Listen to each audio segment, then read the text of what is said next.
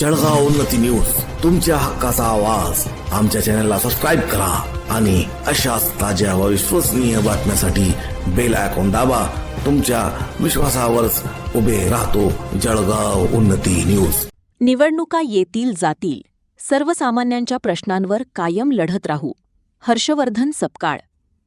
जळगाव जामोद प्रतिनिधी. निवडणुकांचे निकाल काहीही लागोत, काँग्रेस पक्ष शेतकऱ्यांसह सर्वसामान्यांच्या प्रश्नांवर कायम लढत राहणार असल्याची स्पष्ट भूमिका काँग्रेसचे प्रदेशाध्यक्ष हर्षवर्धन सपकाळ यांनी व्यक्त केली.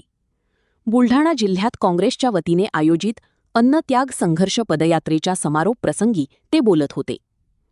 देशातील 5 राज्यांच्या विधानसभा निवडणुकांचे निकाल जाहीर होत असतानाच काँग्रेसने 4 मे रोजी या पदयात्रेचे आयोजन केले होते.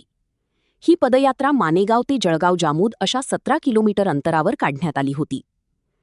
राज्यात दर 3 तासाला एक शेतकरी आत्महत्या करत असून दिवसाला सरासरी 8 आत्महत्या होत आहेत. नैसर्गिक आपत्ती, बाजारभावाचा अभाव आणि कर्जाचा डोंगर यामुळे बळीराजा हवालदिल झाला आहे. जेव्हा शेतकऱ्याचा माल घरात असतो तेव्हा भाव पडतात.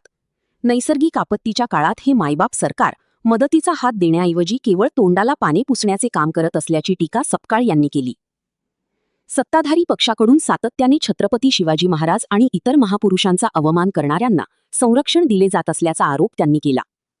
शिवशाहू आंबेडकरांचा महाराष्ट्र कधीही वाकू देणार नाही असा संकल्प त्यांनी व्यक्त केला.